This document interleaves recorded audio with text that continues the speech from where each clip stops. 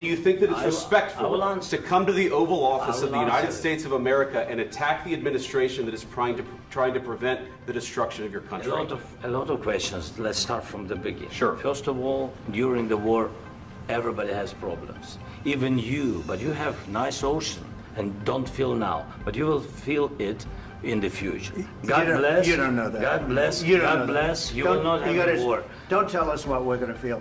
We're trying to solve a problem. Don't tell us what we're going to feel. Very You're serious, playing cards. Mr. President. You're I'm playing very cards. serious. You're gambling I'm the with the president lives in of war. millions of people. You think- You're gambling with World War III. what you're You're thinking gambling about? with What are you World thinking War about? III.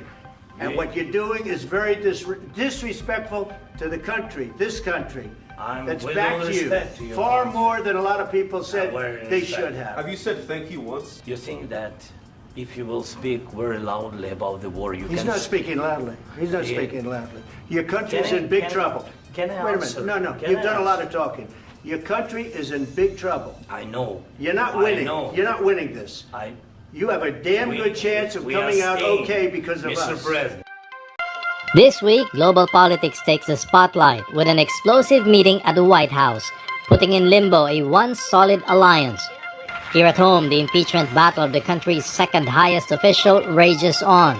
From power struggles to global showdowns, we've got the state disaster in Washington as U.S. President Donald Trump clashes with his Ukrainian counterpart Volodymyr Zelensky in an Oval Office showdown over Russia's 3-year war. Zelensky had hoped to secure stronger U.S. support, but Trump and Vice President J.D. Vance accused him of being disrespectful, pushing relations to a new low. I think he very much overplayed his hand. We're looking for peace. We're not looking for somebody that's going to sign up as strong power and then not make peace because they feel emboldened, and that's what I saw happening. I'm looking for peace. We're not looking to go into a 10-year war and play games. We want peace. And it was just my impression that if we do that, if we sign up, he's looking for something that I'm not looking for. He's looking to go on and fight. We're looking to end the death. European and Canadian leaders, meanwhile, rushed to Zelensky's defense. Wichtig ist, dass hier alle noch einmal deutlich versichert haben, dass sie die Ukraine unterstützen wollen. Sie ist das angegriffene Land, Opfer der russischen Aggression. Das ist die Wahrheit, die unverändert für alle ganz klar ist. And we're going to continue to be there to support Ukraine as necessary with whatever it takes for as long as it takes, because Ukraine is not just defending its own territory, it's defending the very principles and values that underpin all of our democracies. So as we look at what's going to be necessary in the coming years, I can assure you that Canada and Canadians will be there. And just days after the public confrontation, Trump freezes military aid to Ukraine and suspended intel sharing. The Kremlin sees this as an opportunity, saying the suspension could play a key role in resolving the crisis in Ukraine. Ключевую роль. Большая часть всех поставок так называемой продукции военного назначения идет именно из США. Все разведданные, в основном данные спутниковой разведки и так далее, все в основном идет по линии Соединенных Штатов. But Zelensky remains optimistic, hoping to salvage U.S. support by negotiating a minerals deal which Washington says is crucial to securing continued aid. I received an important letter from President Zelensky of Ukraine. The letter reads, Ukraine is ready to come to the negotiating table as soon as possible to bring lasting peace closer. Nobody wants peace more than the Ukrainians, he said. My team and I stand ready to work under President Trump's strong leadership to get a peace that lasts. We do really value how much America has done to help Ukraine maintain its sovereignty and independence.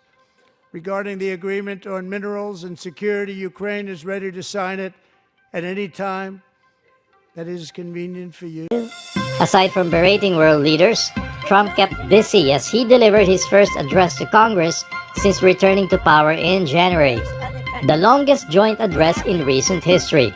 His message, the American dream is unstoppable. 6 weeks ago, I stood beneath the dome of this Capitol and proclaimed the dawn of the golden age of America.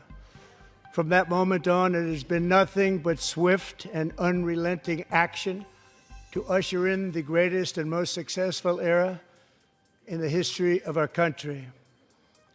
We have accomplished more in 43 days than most administrations accomplished in 4 years or 8 years, and we are just getting started. But Trump's speech wasn't without chaos. Outside Capitol Hill, demonstrations erupted inside. Stone-faced Democrats staged silent protests, wearing pink shirts and holding up signs reading, "False," and "This is not normal." One Democratic representative was even removed from the chamber for heckling. Finding that members continue to engage in willful and concerted disruption of proper decorum, the chair now directs the Sergeant-at-Arms to restore order. Remove this gentleman from the chamber.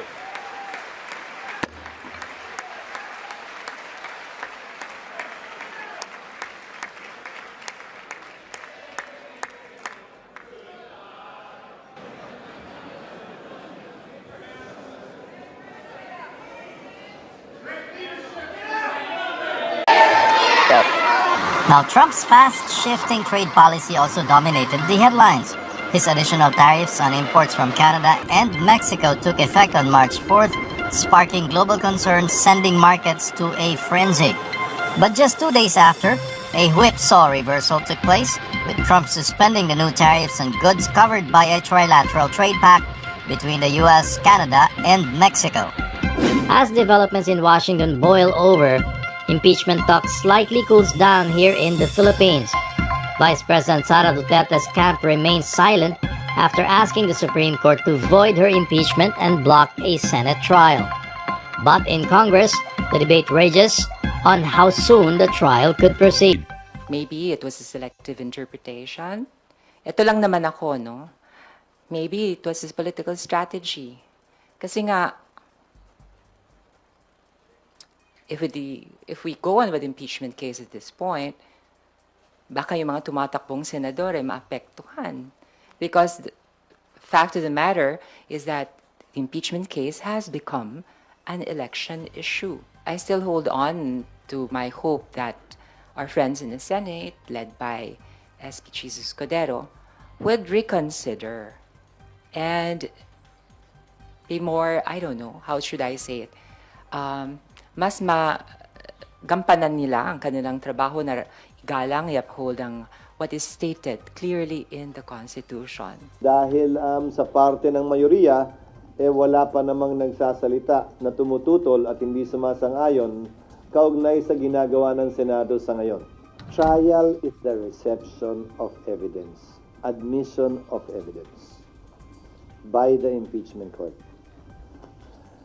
Bukas, hindi namin kayang gawin yon. Dahil wala pang sagot ang nasasakdal. Wala pang reply ang prosecution. Wala pang preliminary conference. Some House lawmakers are even planning to join a signature campaign to press the Senate to hold the trial. Meanwhile, a new petition asks the High Court to rule if the impeachment can be tackled by both the 19th and 20th Congress. Yung constitutionality po na ipapasa yung burden ng impeachment from 19th Congress to 20th Congress. I-define if it's constitutional na rin po ba at the same time o meron pa talagang nangyayaring delay sa process. I also ask if there is a violation of rights ni VP Sara na ang bawat isa po, wala naman po exemption na sinabi doon, ay may karapatan sa speedy trial. From politics to infrastructure failure, who's to blame for the billion-peso bridge collapse in Isabela? President Ferdinand Marcos Jr. wants accountability after the Cabagan-Santa Maria Bridge worth over 1 billion pesos collapsed just weeks after opening. 6 people were injured and questions are mounting over construction quality. The palace points fingers, saying the project was mostly built under the Duterte administration. Nagkaroon po talaga ng problema sa design. Ang sinabi niya po, tinanong din po, kung meron bang people will be held liable on this. Ang sabi din po niya ay wag muna or hindi muna tayo magbe-blame if i-fix natin ang problema. Pero sa dulo, sinabi pa rin po niya na yun dapat managot dapat managot. Imbestigahan mula nang ito ay magkaroon ng design up to the time kung bakit pa ito itinuloy kung hindi na magandang i-design noong 2014. Bakit tinapos pa ito sa panahon ni dating Pangulong Duterte at sinasabi pa nilang Duterte legacy ito? There's also no let-up in the war of words between the Marcos and Duterte camps. Malacanang firing back at Davao City Mayor Baste Duterte's claims the Marcos administration is too lenient on criminals. And saan niya ba nakuha ang mga data, yung mga facts na binabanggit niya? Panahon po ni dating Pangulong Duterte, mas mataas po ang crime rate kung ikukumpara po sa panahon ng kasalukuyang administrasyon. Yan po ay base sa statistics. Siguro po bago po magbintang at magparatang, si Mayor Baste patungkol sa di umanong leniency ng Pangulo ng kasalukuyang administrasyon patungkol sa pagsasagawa ng krimen. Tignan niya po muna at aralin mabuti, makipag-usap sa mga abogado para malaman kung ano ang totoong records. The Pope